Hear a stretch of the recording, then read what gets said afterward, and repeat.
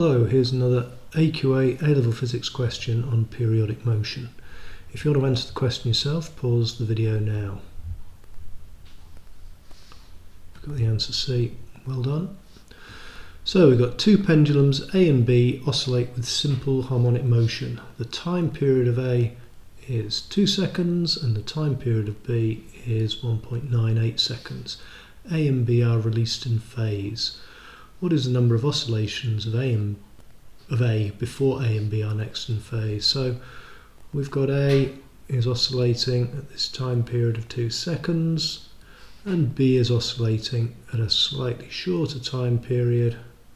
So it's going to be out of phase, but it'll eventually catch up with B and they'll be in phase again. So how do we work that out? Well, the number of periods is going to be equal to the time period for B over the difference between the time periods. So A is at 2 seconds and B is at 1.98 seconds, so the difference between the two is 0.02 seconds. Let's put those numbers into the calculator. 1.98 over 0.02, and that tells me we're going to have 99 periods of A before they're next in phase again. Answer C. If that was useful, subscribe, like and share, and watch more of them in the series. Thank you very much.